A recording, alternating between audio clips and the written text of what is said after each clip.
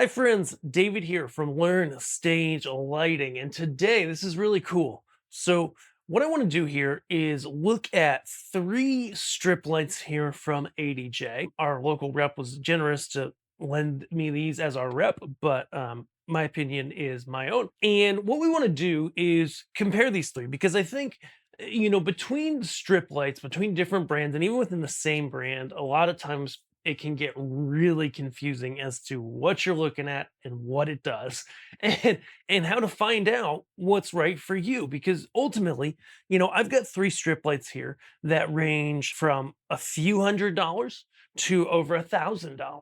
Okay, and ultimately, I mean, there are differences, but they look fairly similar too. And so, what we want to do here is help you understand the right and best thing to do so that you can make the right choice for your needs. And of course, if you ever need help figuring it out, the Above AVL team is here at Above AVL/Learn Stage Lighting Gear.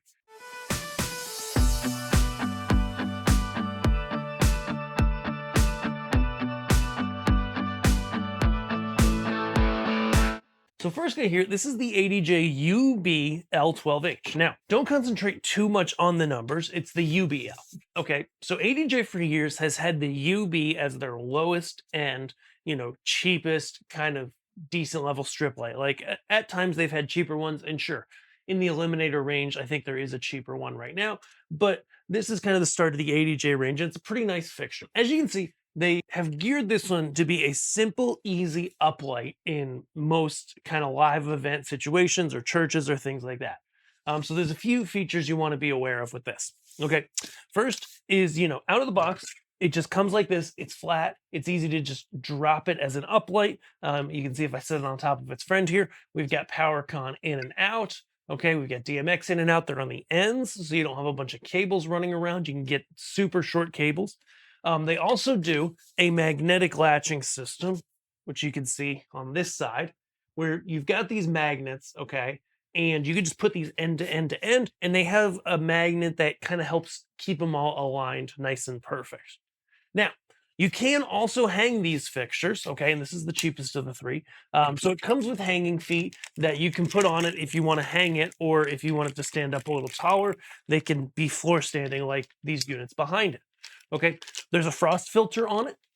So that's something to be aware of as well. So you can do like a narrower, or you can do a slightly softer frost. That's removable. But other than that, it's a pretty chill, pretty simple fixture. Again, cables are coming out the side or the back instead of the bottom, which makes it really clean for uplighting, really low for set designs and things like that. Overall, it's a good fixture, and we'll see how bright it is in a few minutes. Wattage wise, it is 12 by 20 watt LEDs RGB lime. Okay, so that means you get really nice whites out of the lime. With LEDs, wattage is not like, wattage is tough. You can't compare watts to watts, but it can give you a general idea of how bright something is.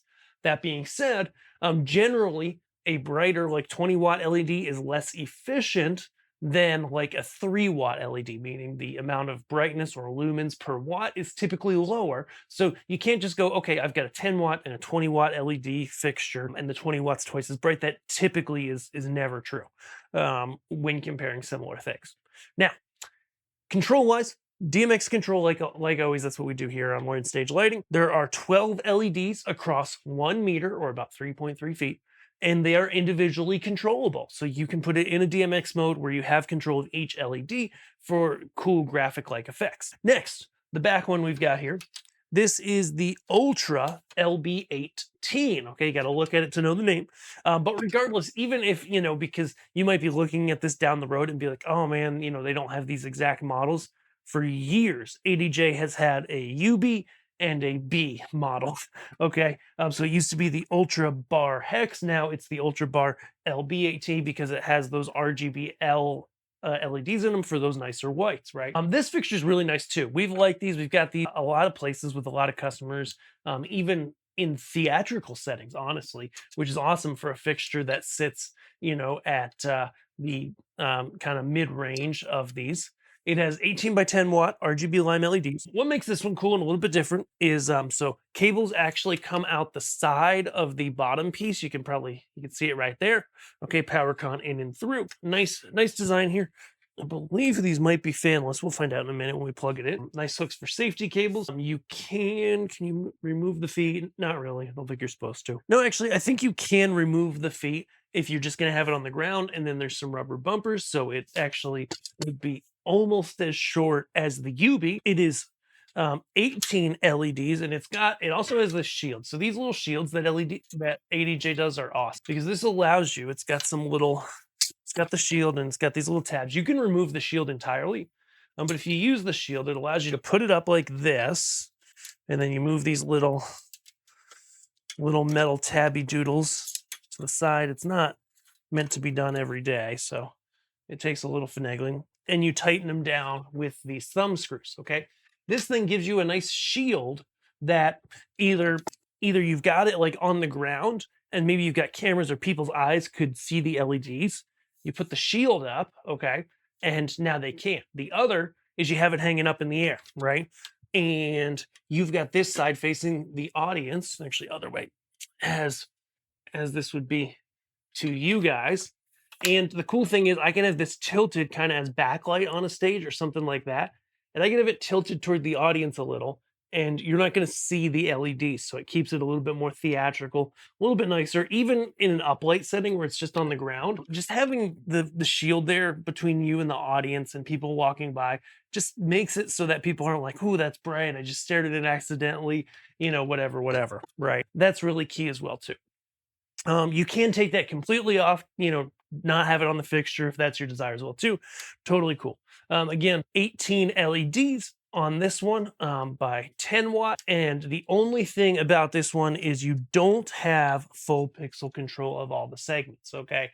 So you don't get individual LED control of each of these LEDs. It's in groups of 3 at a maximum. Last, we have the Encore LB15IP. So this is a waterproof fixture. It's significantly heavier than the other two. So if you're gigging, you're setting stuff up all the time, you want to be aware of that. It's about twice the cost of the last one, of the Ultra LB18, but it's waterproof. It's got 18 by 15 watt LEDs. So in theory, it should be the brightest out of all 3. Like the others, because they all have removable diffusion, it also has the shield in the box that you can add on, though it's not a tool-free shield that you can kind of add or remove like the Ultra Bar. You need a screwdriver, and it uses True 1 and waterproof input and outputs. It has these nice clamps with omega brackets. There's a lot of ways you can hang them. The knob on the side for adjusting the height of it, or the tilt of it, is excellent. It has grooves and marked ankles on it, so you want to hit them all to an exact angle. This is really a professional grade, much more rugged fixture. It's going to be brighter. It's going to be, have some more features in it, etc. So that's the physical. That guy's heavy. But now let's take a look at the brightness, because that's really key. Is you might be looking at these, especially the first two, and going, hey, the Ultra Bar LB18 is almost, it's 30 to 40% more than the smaller guy. So is it worth it? When is it worth it to step up to the big guy? Let's plug them into the console, turn them on, take a look at it, and let you know what we think. So first things first is I just went in Onyx, our favorite console here for professional use. Again, not perfect for everyone. We have lots of stuff on that. But what I want to show you here is a comparison of all 3 of these and their pixel modes as the light scrolls across. Oops, one of these is not happy. Oh, I think it's the one that I have selected. Let me just undo a couple times. Awesome possums. Okay, so looking at the overhead, we're getting a little bit of some PWM stuff that I could work out with my shutter speed. But we can see as we scroll across, because I just keep that one in auto exposure, which means sometimes you get weird scrolling. These are video safe. If I change my shutter speed, they'd be flicker free. But what this shows us basically is we can see some of the difference in segmentation, how the 2 less expensive bars have full pixel control, or rather, sorry, as the cheapest and the most expensive have full pixel control. The Ultra LB18 actually only has every 3 pixels of individualized control. So as this scrolls across, you kind of see that. In fact, let me just customize this animation just a little bit. Okay, so that kind of shows us just some of the differences in the smoothness as it scrolls across. The basic gist being that this one, the LB18, is a little bit more designed for lighting surfaces and banners and stuff. And so if you're running them and you're trying to run pixel-like effects behind a band or as backlight, it just won't look quite as good as the full pixel control from the Encore or the cheapest, the UB L. And so that's something to consider as well. But in terms of brightness, just because we're running these at full and this is a good place to do that, taking a look at them and just, you can always look at measurements, right? But, what you see to the eye is always going to be just a little bit, it can be nuanced. Comparing the output from the three, they're all actually a little more evenly matched than I honestly thought they would be. I'm just going to point them at the ceiling over there real quick.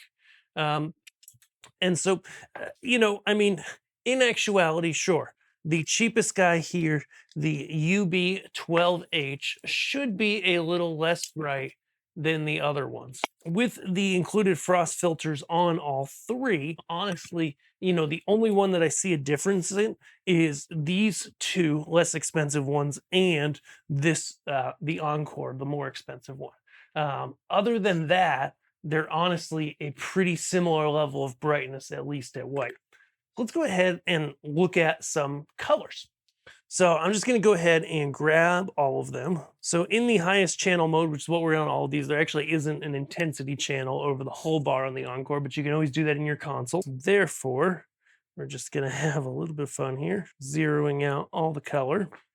All right, so looking at them all in full, looking at red, we're very red here, they're all fairly similar. I would say, just off the top of my head, let's tilt this guy your way a little bit. The cheapest one, the UB, is probably just as bright as the middle one, the LB, when lighting surfaces. The LB is a little bit wider, okay? So the beam angle on it's definitely a little bit wider. I mean, these things are honestly hard to tell off specs because sometimes they don't look all that different, and then they are. In terms of brightness, they're pretty similar though, so you just get a little bit more coverage if you're lighting a surface with the LB. Again, diffusion is in on both of these. And then the big guy, the Encore, of course, besides being waterproof, definitely has about as much spread as the middle guy, and honestly really similar brightness to the LB. I would say the biggest difference between these two is build quality. If you're constantly gigging and working these hard, the Encore's a better build. It's waterproof. It is a good bit heavier though too. While we're here, let's go ahead and bring up green. Okay, greens look, again, very similar on all of them. Blue, very similar on all of them. Again, kind of the same observations. In terms of loudness level fan noise, I don't hear anything out of any of these guys. Like if we just kick up a bunch of color, there we go. I'm gonna tell you that the LB, the Ultra LB, and the UB, you get a little bit of a high-pitched ring if you're really close to them, like within a couple feet. Most people aren't going to hear that. Just something to be aware of. It's something you see a lot, honestly, on LED fixtures, especially. I want to say especially cheaper ones, but really I've seen expensive ones that make a very similar whine at certain dimmer levels or things like that. It's just kind of part of the solid state driver thing. But across all of these, they're all very, very quiet, very, very well behaved. Let's just say we go really quick and go back to our animation maybe, and just do a little something across these where we see some fading, some dimming. We've got this cool red animation we run a lot here. And overall, they all seem to fade and dim well. They all do a pretty good job. Like the LB and the UB are definitely just a little bit less nuanced in how nice the dimming looks as they dim. The Encore dims really nicely. It does have, in the highest channel mode, full 16-bit dimming on every color. So that does give you, if you're doing subtle fades and more theatrical things, yes, that does look a little bit nicer. It's waterproof as well, but of course, it's twice the price. So where do we go with all this?